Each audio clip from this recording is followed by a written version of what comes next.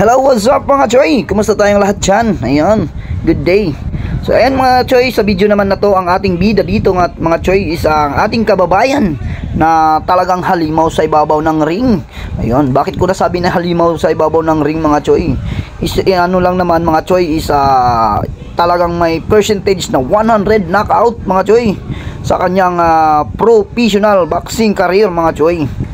May kartada siyang 7 wins. 7 wins na yan is lahat ay knockout mga choy. Sa 7 na panalo mga choy, lahat bagsak at talagang knockout mga choy. May isa na naman siyang talo mga choy. So ang talo niya naman mga choy is sad to say, pumanaw pagkatapos ng kanilang laban mga choy, ang kalaban dito ng ating bida. So ayan, panonoorin natin yon after this video na to, after this laban na to mga choy. Sa laban na to, katapos ng laban na to mga choy, sunod na yun, papanoorin natin kung ano ang sanhi, bakit pumanaw ang kanyang naging kakalaban doon mga choy, no? Natalo siya mga choy, pero dahil sa bigat ng mga suntok niya mga choy, ay hindi kinaya.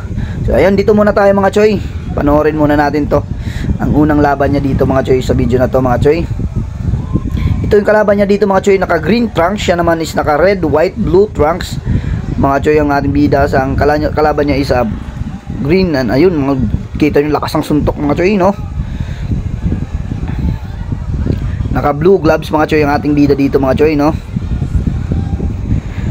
Nasa ano ba na to mga choy, nasa bantamweight division siya mga choy. So someday, mga susunod na mga araw mga choy, susunod na mga, siguro hindi pa ngayong taon, siguro by next year, or di natin alam din, kung basta may mga humawak na magandang promoter nito, mapansin ang kanyang kartadang napakaangas mga choy.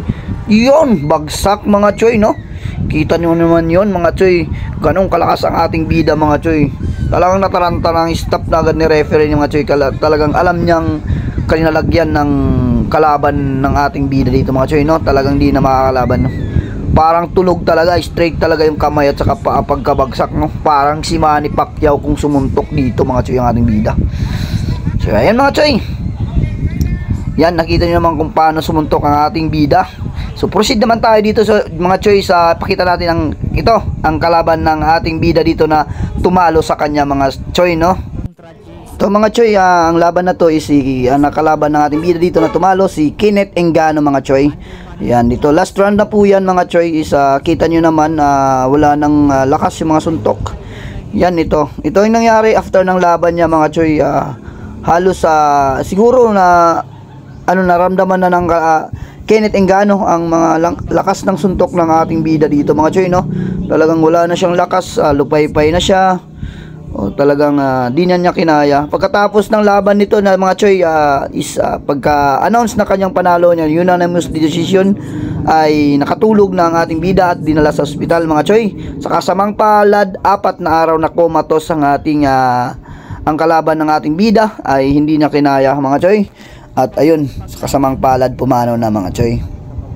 So ayun mga choy, so ganun kalakas ang ating bida dito mga choy, hindi basta-basta, talagang halimaw sa ibabaw ng ring mga choy, no? Ayan si Kenneth Engano mga choy, rest in peace po sa iyo idol. Talagang pinakita din ng dalawang fighter mga choy ang kanilang makakaya mga choy. Makikita dito sa video mga choy is huling round, talagang binuhos lahat ng kapwa boksingero mga choy ang kanilang mga lakas mga choy.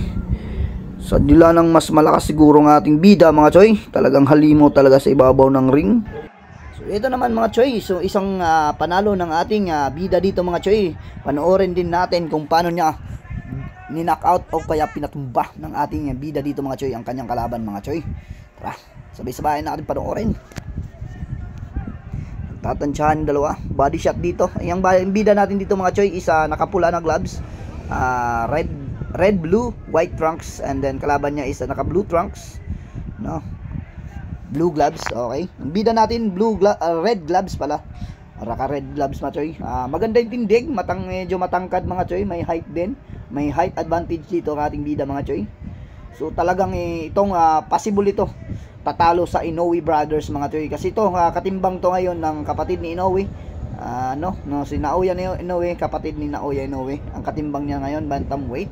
Siguro soon, lalaban to. Kalaban kay mga Inoue mga choy. Possible to maging ating pambato, ating kababayan na halimaw sa ibabaw ng ring. Biruin nyo naman lahat ng kalaban knockout dito mga choy, no? So, sa ating bida pala mga choy, mark your calendar na mga choy, ngayong April 21, may paparating na laban to mga choy, no?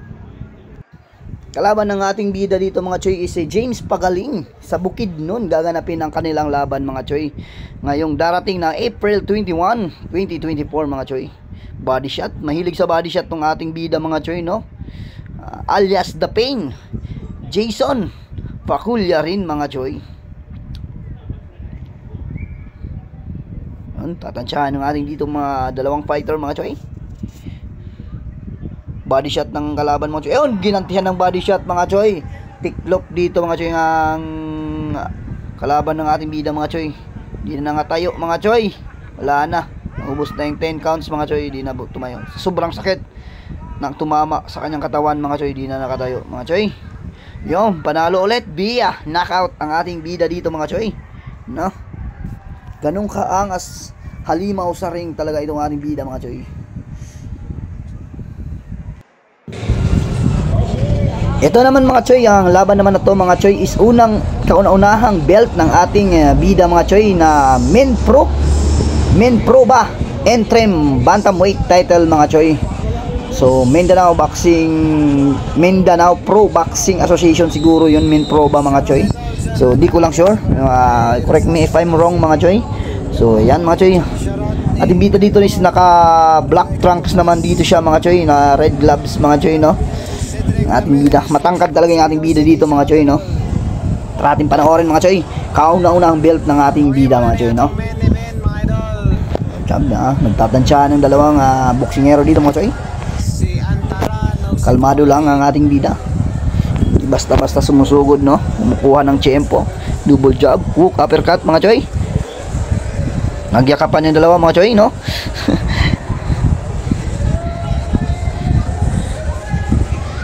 Diyan na mga choy. Yan, job. Good job doon by Jason Pakularen mga choy. Jason Pakularen ang ating pangalan ng ating bida dito mga choy, no? Alias The Pain. Uppercut, body shot doon by ating bida mga choy. Tangkad may reach advantage ang ating bida dito mga choy, no?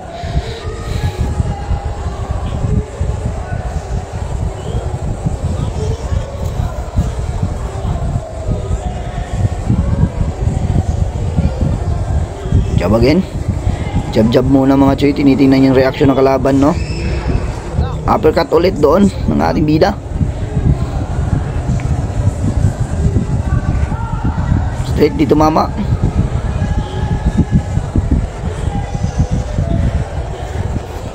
Di pa nagkakainitan mga choy, talagang isa-isa muna yung bitaw ng dalawang boksingero dito mga choy, no? Yung body shot. Ayun, no, uppercut, tinamaan ng uppercut dito mga choy. Bagsak agad mga choy, sakit nun. Body shot, tiklop. Push, ayun, nakatayo pa siya mga choy. Lalaban pa yata dito mga choy. Mabang pa nga, nakarecover mga choy. Pero masakit na yun mga choy. Tinamaan ulit yan, siguro. Ay Roy, tinamaan bitlog mga choy. Tinantok naman yung bitlog, gumanti sa bitlog mga choy. Mautak din itong kalaban mga choy. Talagang mukhang sinadya niya mga choy, kasi nga masakit din tiyan niya. Birahan sa sa bitlogs mga choy para papahinga, you know, kaya makaano siya, katsamba, kapahinga siya, no? Kasi masakit na yan yun, natanggap niya doon.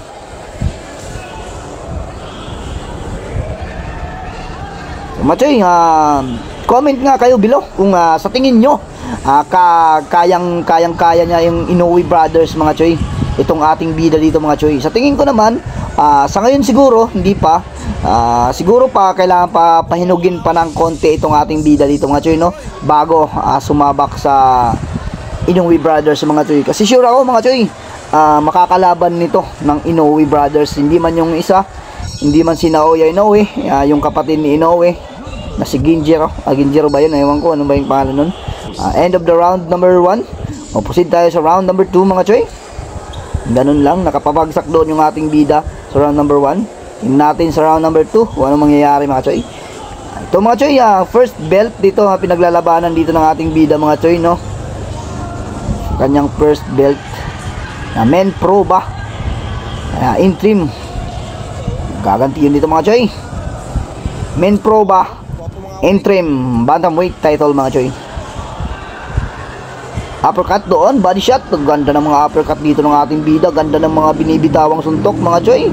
Talagang pang malupitan, no? Uppercut again. Talagang umiinda natin itong kalaban mga choy. Talagang yumuyo kuna para i-cover ang kanyang tiyan. Kasi alam niya na masakit yung suntok. Pag nababody shot siya mga choy, talagang iindahin niya. So kino-cover na niya yung katawan niya mga choy dito. Talagang dinidikdik yung katawan niya. Uppercut ulit mga choy.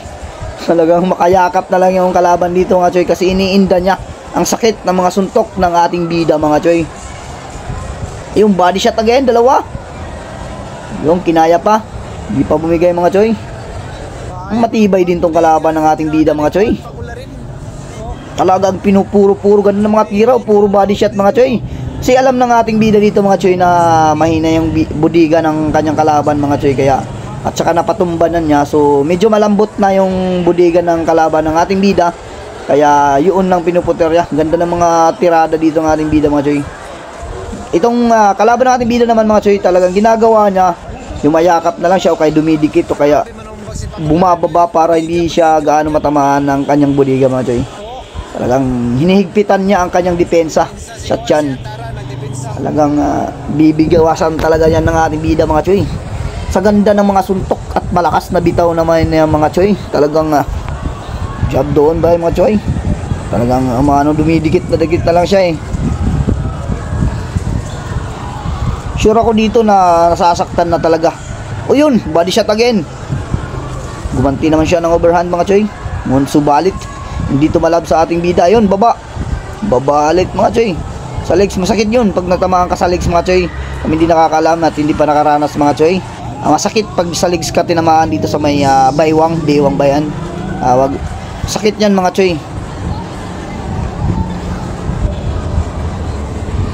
Kaya bawal yan sumuntok din dyan mga choy.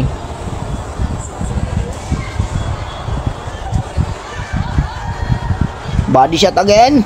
Grabe mga binibitawan ng suntok ng ating bida mga choy.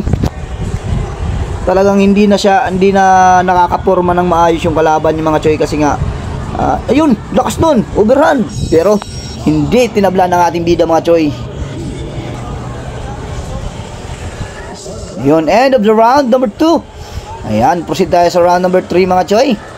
Talagang tumatagal pa yung kalaban niya dito mga choy. Ang ating bida, kalaban ng ating bida, tumatagal pa dito mga choy. Talagang matibay din mga choy. Kasi kung hindi matibay, kanina pa lang mga choy sa round number 1, tiklop na yun eh. Sa lakas ng suntok na yun. Nakapulit siya mga choy. Yan ang ginagawa na lang kalaban natin bida. Talagang hindi na siya nasira na yung niya. Nasira na yung laro ng kasi nga iniingatan na lang niya. Yung depensa na lang yung iniisip ng kalaban ng ating bida. So, malayo ka nang manalo pag ganyan mga choy. Puro depensa na lang iniisip mo dyan kasi mga choy. Dala na siguro nararamdaman niya yung mga suntok ng ating bida. Natin mga choy kung ano mangyayari. Sa round number 3 na po tayo mga choy. Kalmado lang din naman yung bida natin. Hindi masyadong agresibo.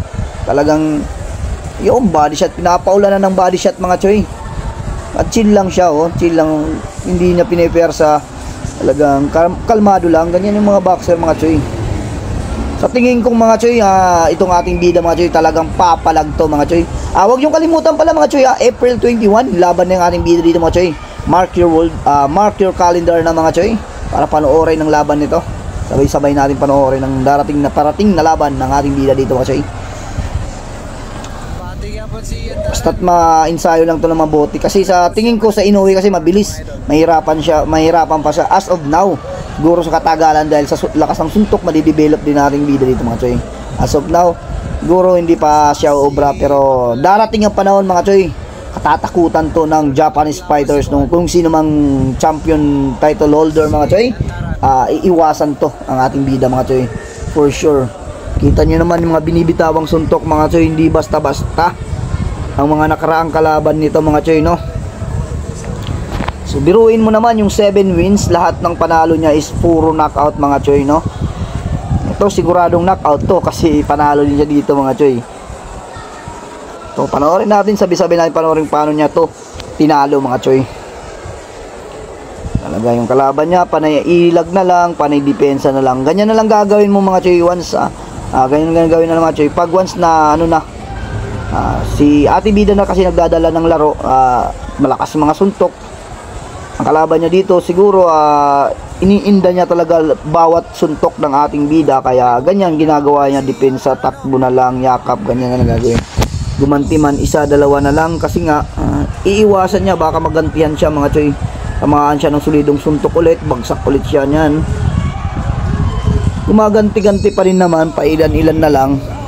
Ito, laki ng diferensya ng mga suntok na binibitawan ng dalawang fighter dito mga choy. And end of the round number 3 mga choy. Tingnan natin kung anong mangyayari. Talagang umiiling-iling na choy yung kalaban ng ating bida yun, no? Ramdam na niya yung sakit. Yun, umayaw na mga choy. Yun, umayaw na nga mga choy yung ating kalaban ng ating bida mga choy, no?